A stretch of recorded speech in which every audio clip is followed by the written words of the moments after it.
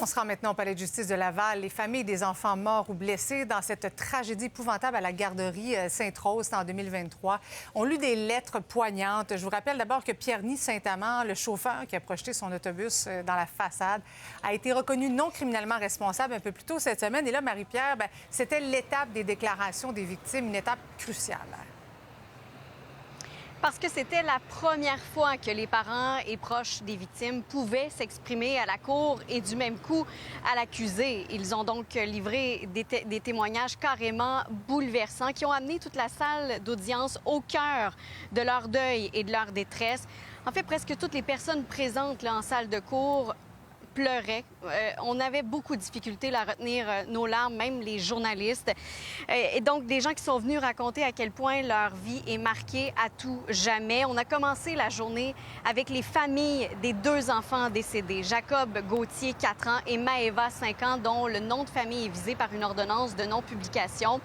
Je vous lis un extrait du témoignage de Marie-Christine Cloutier, la maman de Jacob. Elle dit: même encore après 2 ans, je raconte cette histoire comme si ce n'était pas la mienne. Je ne pourrai jamais accepter la mort de mon fils. C'est impossible qu'il ne soit plus là, que j'ai seulement 4 ans de souvenirs à tous les jours. Je dois vivre avec ce trou immense en dedans de moi. Et je vous laisse tout de suite écouter la mère d'un des enfants qui a été blessé parce qu'il est resté coincé sous l'autobus.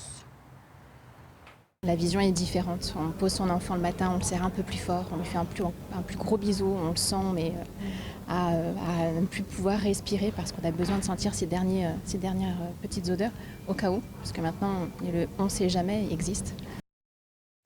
Maintenant, Marie-Pierre, le juge a fait des recommandations cet après-midi pour s'assurer que les parents et proches des victimes aient un suivi nécessaire. C'est d'ailleurs ce qu'il demandait, là.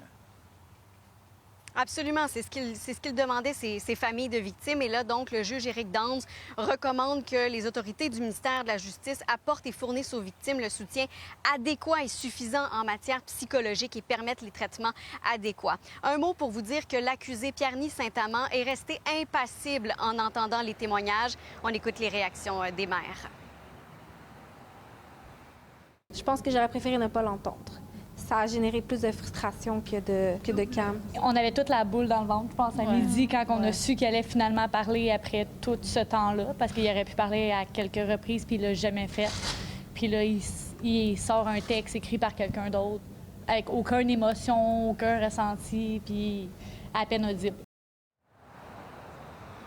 Parce que Marie-Christine, là, il réagissait au fait que Pierre-Ny Saint-Amand a pris la parole à la toute fin de la journée d'audience. Il s'est excusé. Il a dit notamment: « Je n'ai aucun mot pour décrire ce drame, mais je suis immensément désolé. Je donnerais tout pour revenir en arrière. » Quelle journée. Merci, Marie-Pierre, oui.